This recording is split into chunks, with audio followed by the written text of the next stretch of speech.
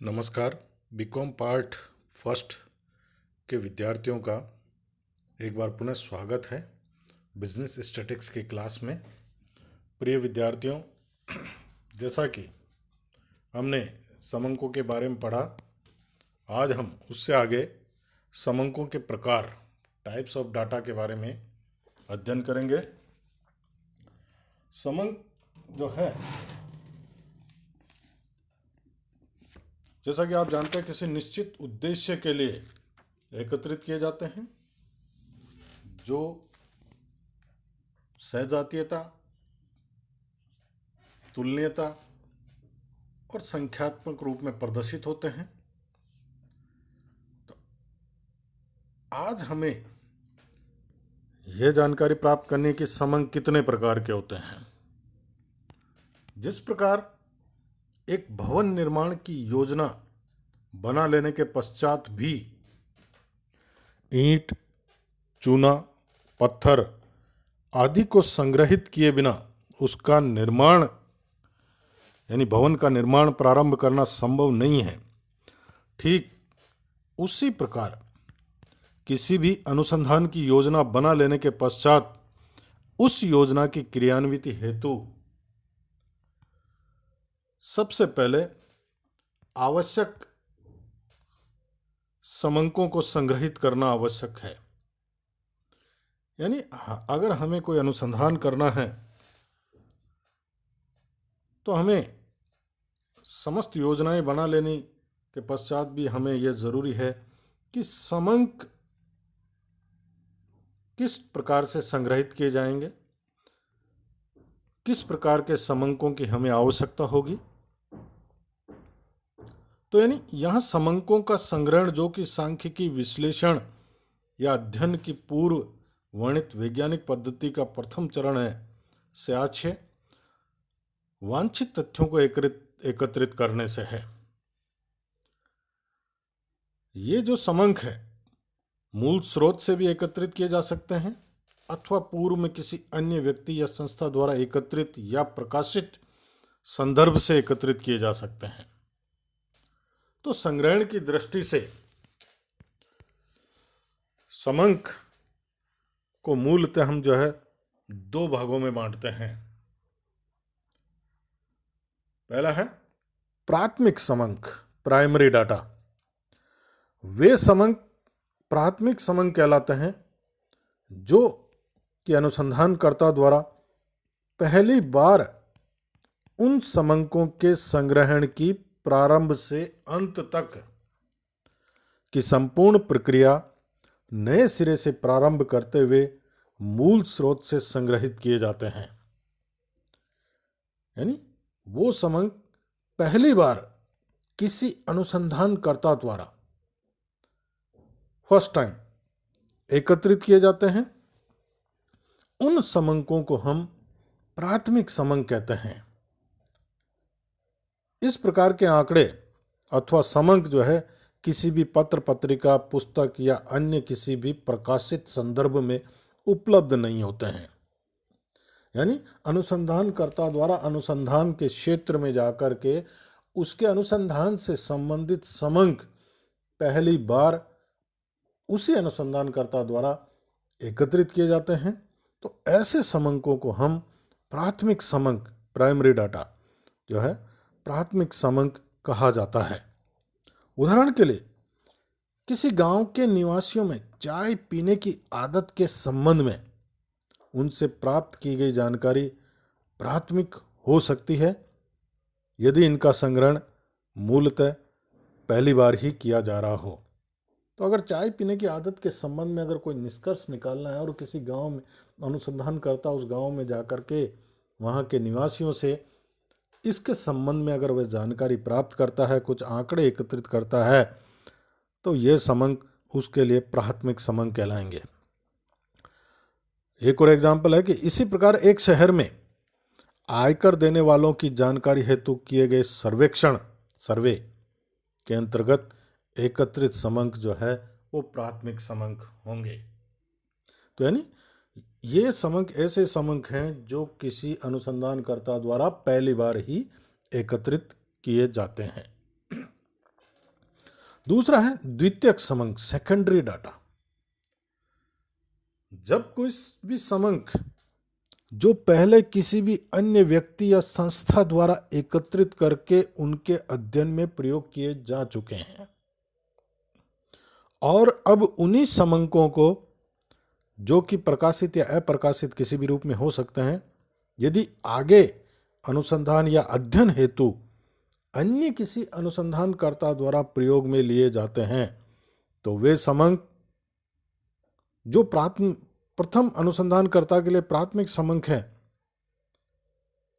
और बाद वाले द्वितीय तृतीय अनुसंधानकर्ता के लिए द्वितीयक समंक बन जाते हैं। यानी वे समंक जो किसी अनुसंधानकर्ता द्वारा पहले एकत्रित किए जा चुके थे, उनको दोबारा अगर किसी अनुसंधानकर्ता द्वारा काम में लिए जाते हैं, उपयोग में लिए जाते हैं, अपने अध्ययन हेतु उनको संपादित करके, उनके एडिटिंग करके, अपने हिसाब से उनको सेट करके अगर दोबारा काम में लिए जाते हैं, तो ये इनके लिए द्वितीयक समंक होंगे, क्योंकि उस समंकों को प्राथमिक रूप से किसी अन्य ने एकत्रित किया था और अब उन्हीं समंकों को नया अनुसंधानकर्ता वाला, यानी अगला नेक्स्ट जो अभी काम करा है, वह अनुसंधानकर्ता अगर उसको दोबारा काम में लेता है, तो वो उसके लिए द्वितीयक समंक बन जाते हैं। ये समंक अब आया प्रकाशित या अप्रकाशित। ये समंक प्रकाशित भी हो सकते हैं, अप्रकाशित भी हो सकते हैं। प्रकाशित का मतलब किसी संस्था ने एकत्रित किए हैं और वह संस्था उनको पब्लिश कर देती है। अप्रकाशित यानी एकत्रित किए लेकिन उनका प्रकाशन नहीं हुआ, तो वह अप्रकाशित कहलाएंगे। जैसे कि भारतवर्ष में विभिन्न व्यक्तियों द्वारा चुकाए गए आयकर संबंधी जानकारी जो है भारत सरकार द्वारा प्रकाशित अखिल भारतीय आयकर समंक से ली जा सकती है, तो ये द्वितीयक समंक कहलाएंगे। चूंकि भारतीय आयकर समंक द्वारा पहले ये एकत्रित भारत सरकार द्वारा एकत्रित किए जाते हैं और इनके द्वारा प्रकाशित किए जाते हैं, तब उनको हम किसी अनुसंधानकर्ता द्वारा उनको काम में अगर लिया जाता है तो वो उसके लिए द्वितीयक समंक होंगे। इसी प्रकार जनसंख्या के जो डाटा हैं, समंक हैं, चूंकि जनगणना विभाग द्वारा कराई जाती है भारत में और जनगणना के समंक प्रकाशित भी होते हैं, अगर उन्हीं जनगणना समंकों को अगर किसी अनुसंधानकर्ता द्वारा अगर काम में लिए जाते हैं, आगे अध्ययन हेतु उपयोग में लिया जाता है, तो ये इनके लिए द्वितीयक समंक कहलाएंगे। तो इस प्रकार स्पष्ट है कि कोई भी समंक जो एक व्यक्ति या संस्था के लिए प्राथमिक होते हैं, वे ही अन्य व्यक्ति या संस्था के लिए द्वितीयक समंक हो सकते हैं। अगर वह उन्हें काम में लेता है तो उसके लिए वे द्वितीयक समंक कहलाएंगे। प्राथमिक समंक और द्वितीयक समंकों में कुछ मूलभूत अंतर होता है, जो इनकी परिभाषा या जो अर्थ हमने देखा उनसे आपके स्पष्ट हो चुका होगा। फिर भी एक बार और मैं आपको स्पष्ट कर देता हूँ। प्राथमिक और द्वितीयक समंकों में अंतर, difference between primary and secondary data. Primary data, पहला, प्राथमिक समंक स्वयं अनुसंधानकर्ता द्वारा प्राथमिक विधि से एकत्रित किए जाते हैं, जबकि द्वितीयक समंक अन्य व्यक्तियों या संस्थाओं द्वारा पूर्व में संकलित होते हैं, पहले ही एकत्रित किए हुए होते हैं। दूसरा जो अंतर है कि प्राथमिक समंक चूंकि मौलिक समंक होते हैं, ओरिजिनल डाटा होते हैं, इनके कारण कच्चे माल के समान सांख्यिकी विधियों में प्रयुक्त होते हैं। क्योंकि ये पहले ही फर्स्ट टाइम एकत्रित किए जाते हैं, तो ये कच्चे माल के रूप में काम में लिए जाते हैं। जबकि द्वितीयक समंक चूंकि एक बार पहले किसी व्यक्ति या संस्था अनुसंधानकर्ता द्वारा प्रयोग किए जा चुके हैं, तो यानी बाद वाला अनुसंधानकर्ता इनको तैयार माल के रूप में, फिनिश गुड्स के रूप में प्रयोग करता है। तीसरा है प्राथमिक समंक चूंकि अनुसंधानकर्ता स्वयं मूल स्रोत से संग्रहित किए जाते हैं, इसके लिए ये समंक अनुसंधान उद्देश्य के अनुरूप होते हैं। एकत्रित समंकों में कोई विशेष काट छांट या संशोधन करने की आवश्यकता नहीं होती है प्राथमिक समंकों में, जबकि द्वितीय समंक जो है मोटे तौर पे अन्य प्रकाशित संदर्भों से लिए जाते हैं। तो उपलब्ध समंकों में काफ़ी संशोधन या काट छांट करने पड़ सकते हैं, जिससे उन्हें अपने अध्ययन के उद्देश्य के अनुरूप प्रयोग में लिया जा सके। तो ये द्वितीयक समंकों को जो है अपने उद्देश्य के अनुसार उनको संशोधित किया जा सकता है, करना पड़ सकता है। प्राथमिक जो अगला जो अंतर है, प्राथमिक समंकों के लिए मूल स्रोत से संपर्क करने के कारण समय, श्रम और धन अधिक लगता है, अधिक व्यय होता है।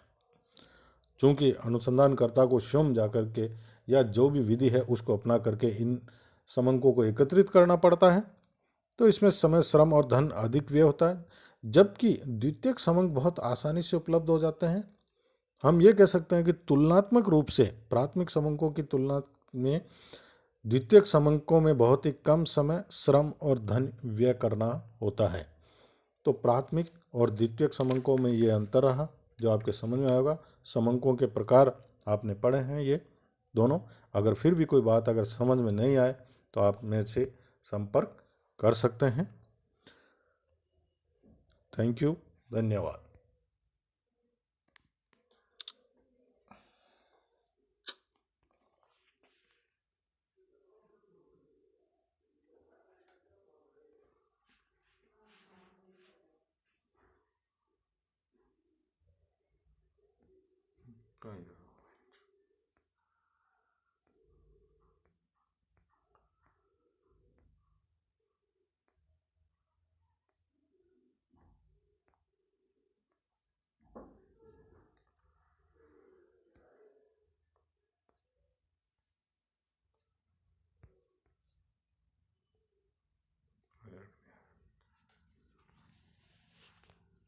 No.